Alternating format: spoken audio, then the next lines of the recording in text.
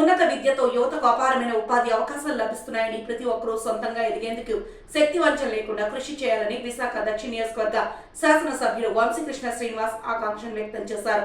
Visakha railway station కు కూతవేటు దూరంలో Dondaparthy junction లో నూతనంగా ఏర్పాటు చేసిన ఎయిమ్స్ సాఫ్ట్వేర్ టెక్నాలజీ సంస్థను ఏపీఎంఎస్సీఎం చైర్మన్ జనసేన రాష్ట్ర ప్రధాన కార్యదర్శి తమ్మిరెడ్డి శివశంకర్ తో కలిసి వంశీకృష్ణ ప్రారంభించారు.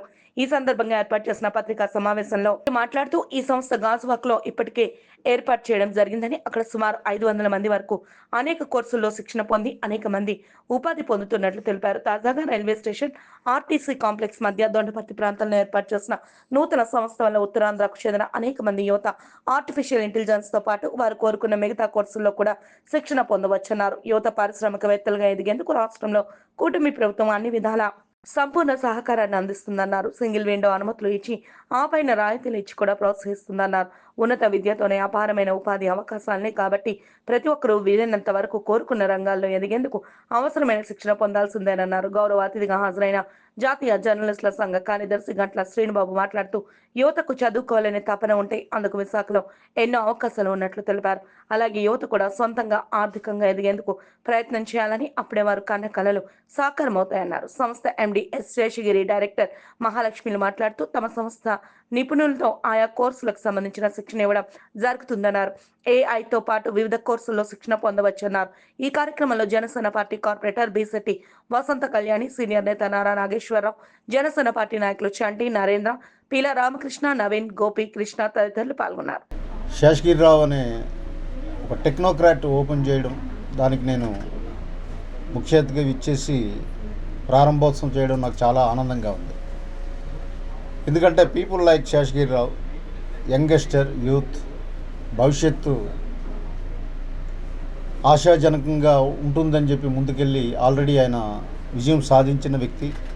గాజువాకలో ఏఎం ఇన్స్టిట్యూట్ పెట్టడం, అక్కడ సుమారు 500 మంది స్టూడెంట్స్ ట్రైనింగ్ అండ్ డెవలప్మెంట్లో ఇన్వాల్వ్ అయ్యి ఉన్నారు.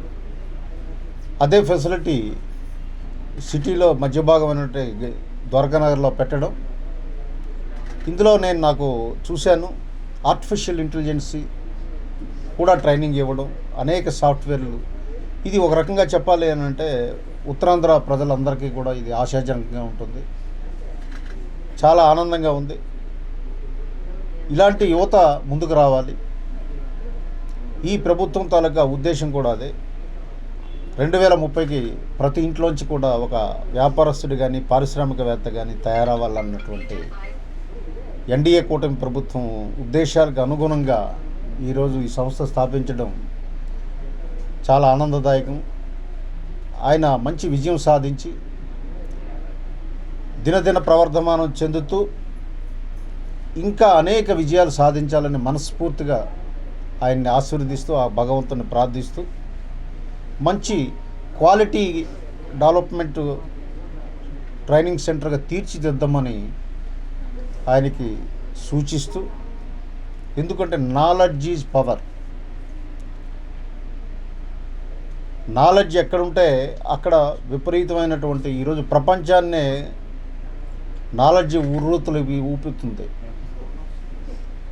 చాట్ జీపీటీ అనగానే డీప్ సీక్ పోటీ తట్టుకోలేని పరిస్థితి ఏర్పడింది. డే బై డే జరుగుతున్న డెవలప్మెంట్లు అన్నిటినీ కూడా అవగాహన చేసుకొని ఎయిమ్ అంటే మంచి టైటిల్ పెట్టాడు ఆయన.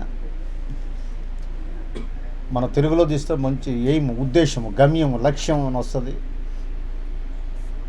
అలాగే వారి ఎబ్రివేషన్, వాళ్ళకి టెక్నికల్ ఎబ్రివేషన్ ఉంది.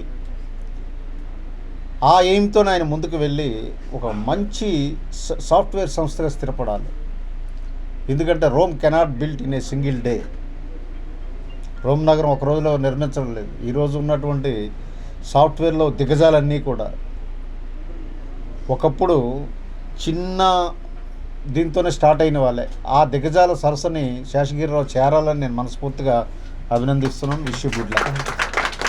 అందరికీ నమస్కారం, పెద్దవాళ్ళందరికీ. యాక్చువల్లీ ఈ ఎయిమ్ అనే కాన్సెప్ట్ 2008లో స్టార్ట్ చేసాం. అప్పుడు జస్ట్ ఏదో సాధించాలనే ఉద్దేశంతో పెట్టాము. కొన్ని కారణాల వల్ల అప్పుడు కొంతవరకు దాన్ని ముందుకు తీసుకెళ్ళలేకపోయాం. తర్వాత ఆఫ్టర్ కొంత గ్యాప్ తర్వాత గాజువాకలో కొంత బ్రాంచ్ అనేది ఓపెన్ చేసాం. ఆ బ్రాంచ్ వచ్చేసరికి ఇప్పుడు చాలా సక్సెస్ఫుల్గా రన్ అవుతుంది. దాంట్లో కొత్త కొత్త టెక్నాలజీస్తో ఈజర్ మెకానికల్ కానీ సివిల్ కానీ అంటే ప్రతి ఒక్కరికి ఉపయోగపడే కోర్సెస్ అన్నీ కూడా అందులో మనం స్టార్ట్ చేసాం. ఈ ఇయర్ ఇందులో వచ్చేసరికి ఈ ఫీల్డ్లో నేను ఒక 15 years నుండి ఎక్స్పీరియన్స్లో ఉన్నాను.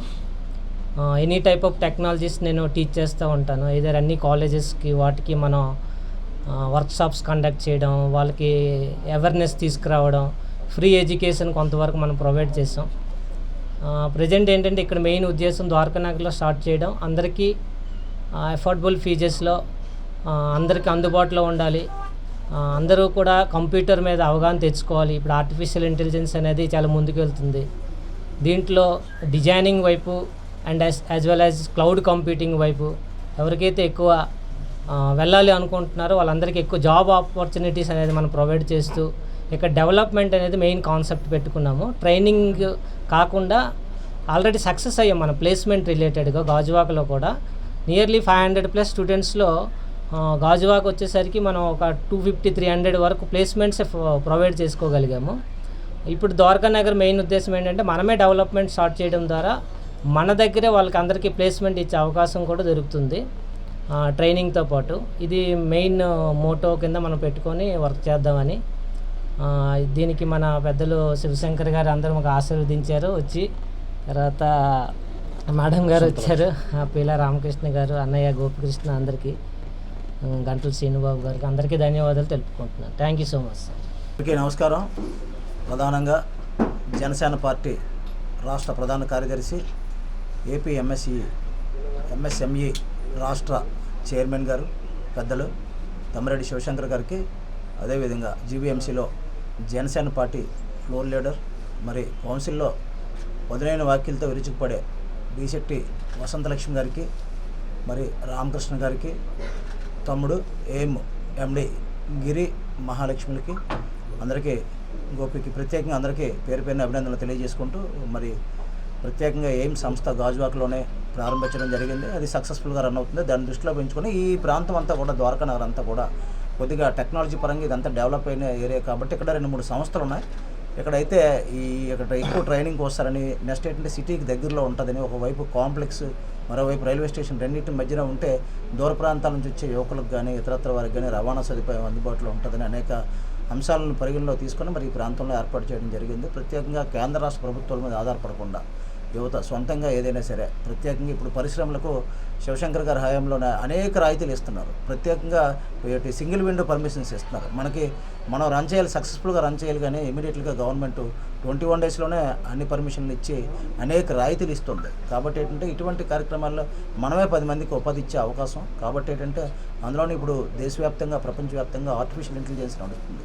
అటువంటి ఏఐలో ఇక్కడ మనం ట్రైనింగ్ ప్రోగ్రామ్ పెడితే చాలా ఎక్కువ డిమాండ్ ఉండే అవకాశం ఉంది. ఏది ఏమైనా సరే ఆహ్వానించగానే ఇచ్చేసినటువంటి పెద్దలు, మరి మనందరికీ కూడా ఆయన ఎప్పటి నుంచో ఉన్నతాధికారిగా ఉన్నప్పటి నుంచి కూడా మా అందరికీ సుపరిచితులు. మరి ఈ ఊర్లో ఏ కార్యక్రమం చేసినా రాజకీయ నాయకులు కానీ ఎవరినైనా సరే ముఖం మీద ఉన్నట్టు చెప్పి తిట్టారే వ్యక్తి శివశంకర్ గారు. మాకు బాగా సుదీర్ఘకాలం అనుభవం. మరి ఆయన పదవీ విరమణ సభలో కూడా మేము రైల్వే ఇన్స్టిట్యూట్లో పెడితే ఆ రోజు కూడా మాకు ఆయన అక్షంతలు ఆశీర్వాదాలు తప్పలేదు. కాబట్టి ఏంటంటే అవన్నీ మనం హుందాగా తీసుకొని అవన్నీ కూడా ఆయన మన ఆశీస్సులుగా తీసుకుంటే మనందరికీ కూడా ఉజ్వల భవిష్యత్తుగా ఉంటుంది. ఎందుకంటే ఆయన ఒక అధికారిగా కూడా చాలా సక్సెస్ఫుల్గా ఎంతోమందికి శిక్షణ ఇచ్చి ఐఏఎస్ ఐపీఎస్లకు ఎలా తరఫేదినివ్వాలనేది ఎంతోమందిని ఆయనకున్న స్టేట్ వైడ్గా కూడా తెలుగు రాష్ట్రాల్లోనే అనేక మంది ఫ్యాన్స్ ఉన్నారు, ఫాలోవర్స్ ఉన్నారు, శిష్యులు ఉన్నారు. వారందరూ కూడా ఈరోజు అగ్రగామిగా ఉన్నతంగా ఉన్నారు. వాళ్ళందరికీ కూడా అలాగా శివశంకర్ గారు పరిచయం. తర్వాత అంతటి కీలకమైన ఉద్యోగం వదిలిపెట్టి జనసేన పార్టీలో ఫస్ట్ ఆయనే ఒక ఉన్నతాధికారిగా తన ఉద్యోగానికి, అంతటి విలువైన ఉద్యోగానికి ఆ రోజు అందరూ అన్నారు ఎంతటి కీలకమైన పోస్టులు వదిలి శివశంకర్ గారు వెళ్ళిపోతున్నారని.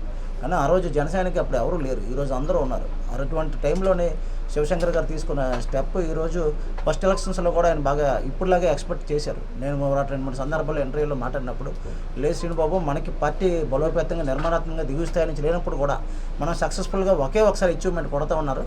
అయితే ప్రారంభంలో కొట్టలేకపోయినా అది ఇప్పుడు ఆయన అనుకున్న ఆశలన్నీ కూడా ఒకేసారి మొత్తం పునాదులు కదిలిపోయినట్టు ఎక్కడా కూడా వార్డు స్థాయిలో ఇప్పుడు ఆయన అన్నట్లు 150 నియోజకవర్గాల్లో చిన్న చిన్న సమస్యలు ఉన్నప్పటికీ కూడా 100 స్ట్రైక్ రేట్ సాధించారంటే ఒకసారి ఒక సునామీ వచ్చిందంటే ఇటువంటి కరుడుగట్టిన కార్యకర్తల నుంచి బాగా బలోపేతం చేయడమే. ఏదేమైనా సరే మా అందరిలోకి కూడా ఆయన ఆ రోజు వెళ్ళినందుకు ఈరోజు ఉన్నతంగా ఉన్నారు. ప్రత్యేకంగా మేము ఆహ్వానించగానే ఇచ్చేసి మరి ఆయన చేతుల మీదుగా ప్రారంభించినందుకు మరి ప్రత్యేకంగా సోదరి ఫ్లోర్ లీడర్ మనకు బాగా సన్నిహితులు వసంతలక్ష్మి గారికి, రామకృష్ణ గారికి అందరికీ కూడా పేరు పేరున ధన్యవాదాలు తెలియజేసుకుంటూ ప్రధానంగా ఈ సంస్థ బాగుండాలి, 10 మందికి చేయూతను అందించాలి, ఎక్కువ మంది అత్యున్నతమైన ఉద్యోగాలు పొందాలనేది నా ఆకాంక్షగా తెలియజేసుకుంటూ మరి గతంలో కన్నా చూస్తే ఇప్పుడు జర్నలిస్టులు కూడా బాగా ఉపాధి రంగం పెరిగింది.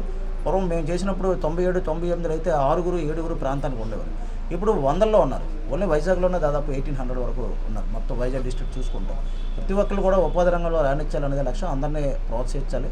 మరి శివశంకర్ గారికి ధన్యవాదాలు తెలియజేసుకుంటూ సెలవు తీసుకుంటాం. Thank you.